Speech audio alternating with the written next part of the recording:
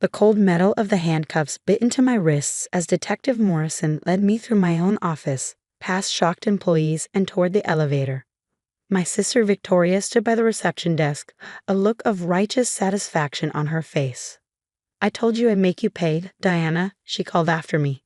"You should have stayed in your lane instead of trying to compete with me." I kept my expression neutral, even as anger burned in my chest. After 15 years of living in Victoria's shadow, I finally built something of my own. Now she was trying to tear it all down with false accusations and manufactured evidence. My name is Diana Chen, and at 35, I'd spent the last 3 years building Chen Digital Solutions from the ground up. Meanwhile, my sister Victoria had inherited our father's tech company, Chen Innovations, despite having no real understanding of the industry. But that was nothing new. Victoria had always been his favorite. "Ms. Chen," Detective Morrison said as we reached his car, "you have the right to remain silent. Anything you say can and will be used against you in a court of law." I nodded, sliding into the backseat. Through the window, I could see Victoria talking to other officers, gesturing animatedly as she no doubt spun her tale of corporate espionage and stolen trade secrets. If only she knew what was really in that office safe. The ride to the police station was quiet, giving me time to think about how we'd gotten here. Growing up, Victoria had always been the golden child. Pretty, popular, and commanding attention wherever she went. I was the quiet one, more interested in coding and technology than parties and popularity. Our father, James Chen, had built Chen Innovations from nothing, turning it into one of the most successful tech companies in Seattle. Victoria had always assumed she'd inherit everything simply because she was the eldest. She never bothered to learn the business, content to let others do the actual work while she played CEO. I, on the other hand, had spent every spare moment learning from our father. He taught me coding, system architecture, business strategy, everything he knew. But in public, he maintained the facade that Victoria was his successor. What Victoria didn't know was that in the months before his death, our father had started to see through her act. He'd recognized her lack of knowledge, her disinterest in actually understanding the industry, and he'd made plans accordingly. At the police station, Detective Morrison led me to an interrogation room. The fluorescent lights buzzed overhead as he set up a recording device. "Ms. Chen, your sister has provided evidence that you stole proprietary information from Chen Innovations to start your own company. She claims you accessed their servers after hours and downloaded confidential client data and project specs." I smiled slightly. "Has she shown you proof of these alleged server access logs?" He shuffled through some papers. "She provided documentation showing unauthorized access from an IP address traced to your home." "Interesting," I said. "And did anyone verify the authenticity of those logs?" Morrison frowned.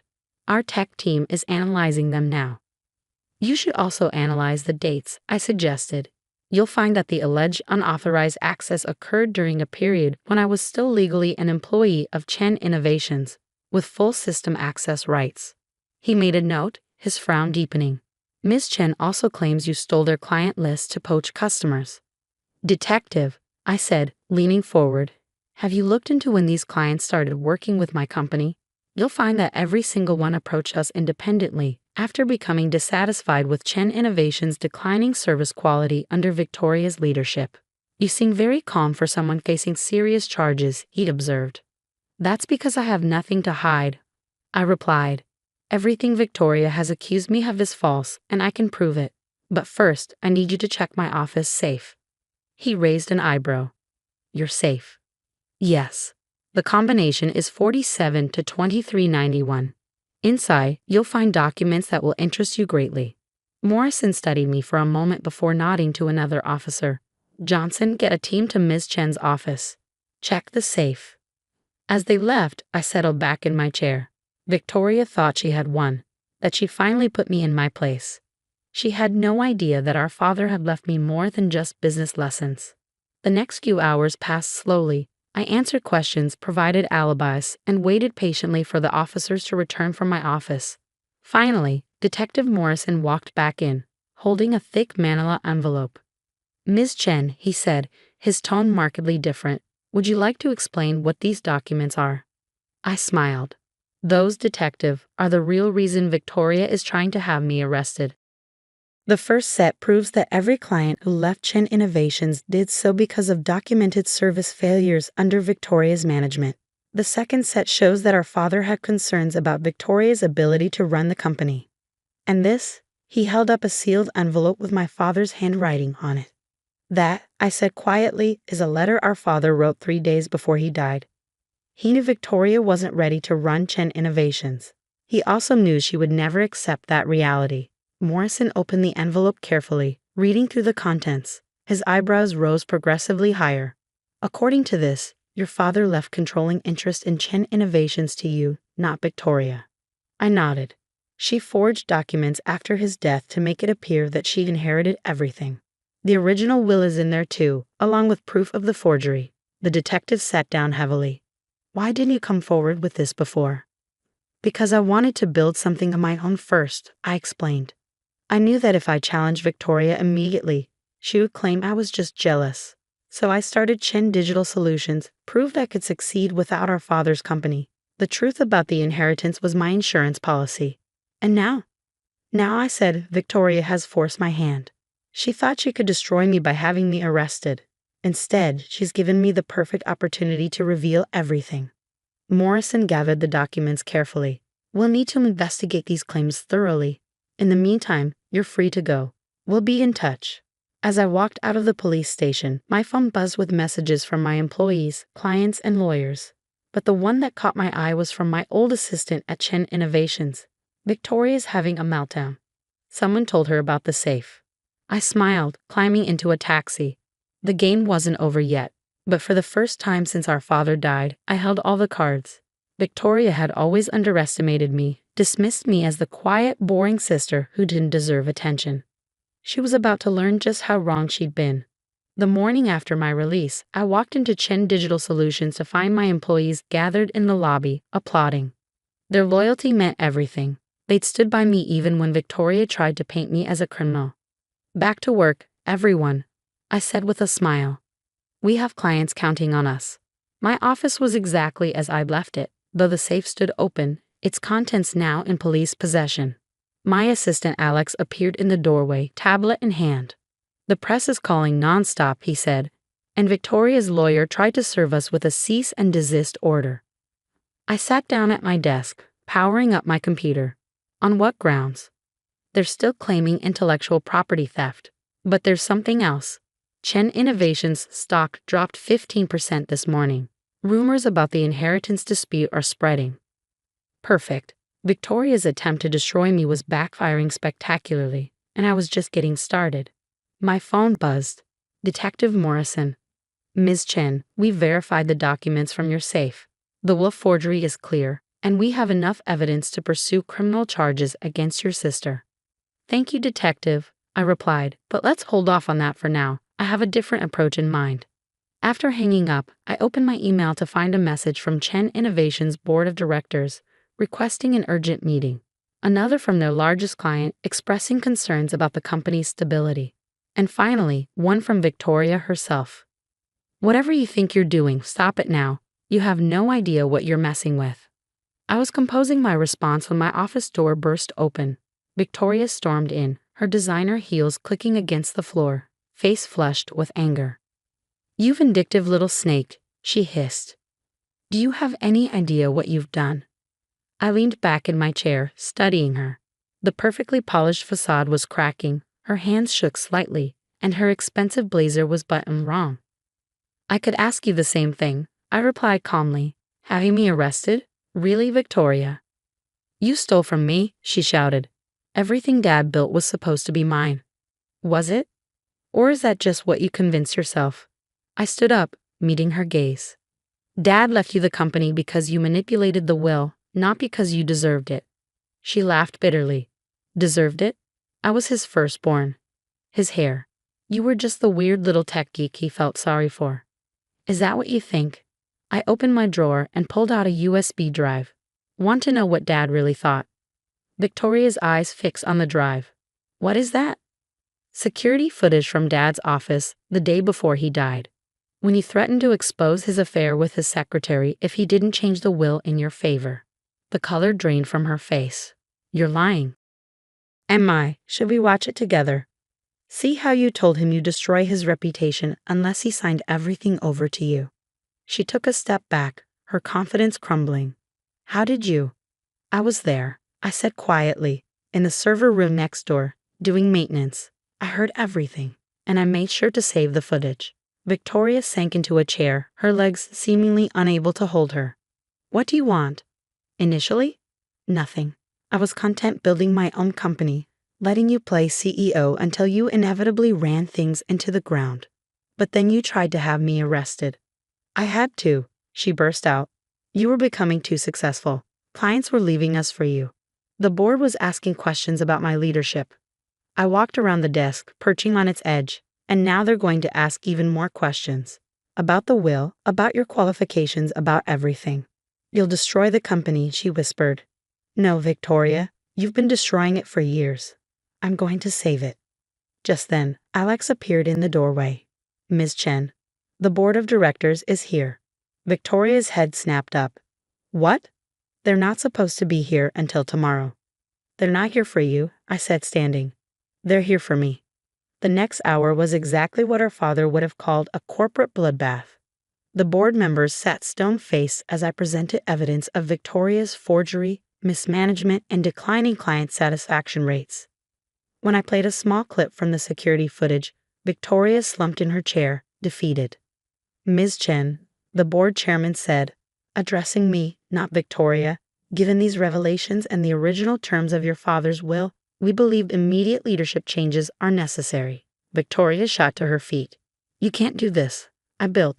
You built nothing. I cut her off. You inherited a successful company and drove it into the ground. The only thing you ever built was lies. The chairman cleared his throat. Ms. Victoria Chen, the board is requesting your immediate resignation. Security will escort you to clear out your office. As Victoria was led away, mascara streaming down her face, I felt no satisfaction. This wasn't about revenge, it was about protecting our father's legacy. Deanna, the chairman said, we'd like to discuss your return to Chen Innovations as CEO. I shook my head. Thank you, but no. I've built something of my own at Chen Digital Solutions. I won't abandon that. Then perhaps we should discuss a merger, he suggested. Both companies would benefit, and it would honor your father's original vision. Later that evening, as I sat in my office reviewing merger proposals, I found an old photo in my desk. It showed me and Victoria as children, sitting on our father's lap while he worked. We were both smiling then, before ambition and jealousy tore us apart. My phone buzzed with a text from Victoria. I'm sorry. For everything. Can we talk? I stared at the message for a long moment. Part of me wanted to ignore it, to let her live with the consequences of her actions. But another part remembered that little girl in the photo. Tomorrow, I replied. Bring coffee. Victoria arrived at my office early the next morning, carrying 2 cups of coffee, not from an expensive cafe, but from the small diner where we used to eat breakfast with Dad. It was a small gesture, but it spoke volumes. I brought your favorite, she said quietly, setting the cup on my desk. Triple shot vanilla latte, extra hot. I gestured to the chair across from me. You remembered. I remember a lot of things, she said, sitting down. Like how Dad used to let you play with his computer while I was at dance practice. How excited you'd get when you solved a coding problem.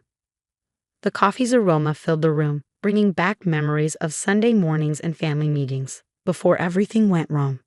Why did you do it, Victoria? I asked. Not just the will, all of it. The accusations, the arrest. She stared into her cup for a long moment. I was scared, she finally admitted. Terrified, actually. Everyone expected me to be this brilliant successor to Dad's legacy. But I didn't understand half of what the company did. You were the one who got the technical side, who really knew the business. You could have asked for help, and admit I wasn't good enough. She laughed bitterly. Do you know what it's like being the eldest, always having to be perfect? When Dad started mentoring you more, teaching you things he'd never bothered to teach me, I felt replaced. I thought about all the years of competition between us, the rivalry that had poisoned our relationship. So you tried to force him to choose you. The affair was real, she said softly. I found out by accident, but using it against him, that was the worst thing I've ever done.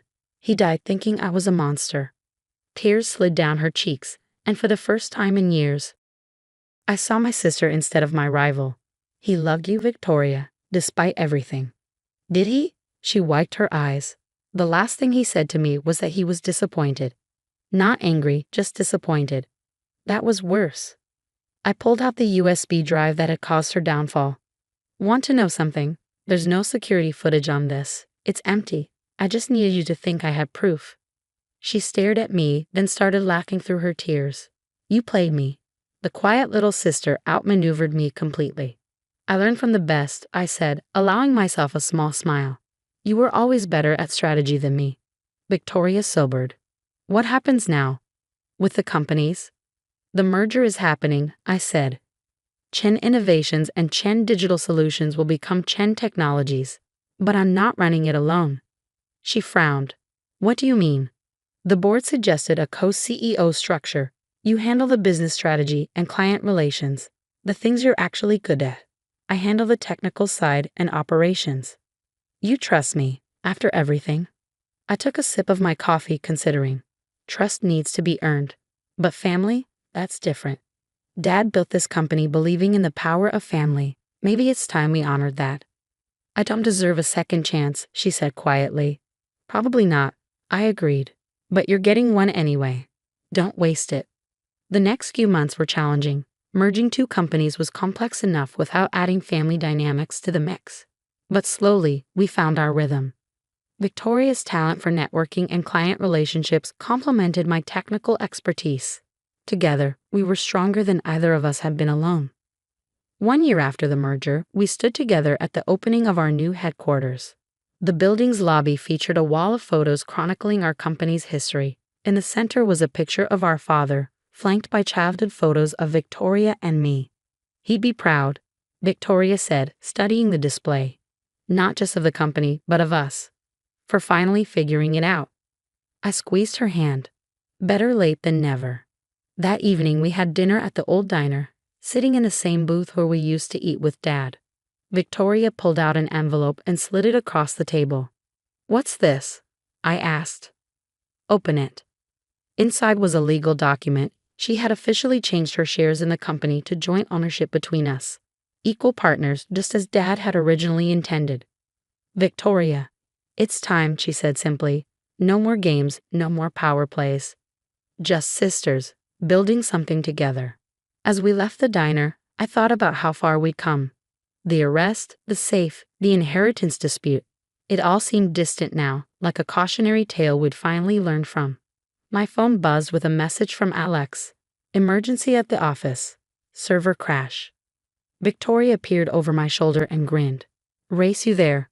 Loser buys coffee tomorrow. I smiled, remembering countless childhood races home from school. You're on. But I warn you. I've been practicing.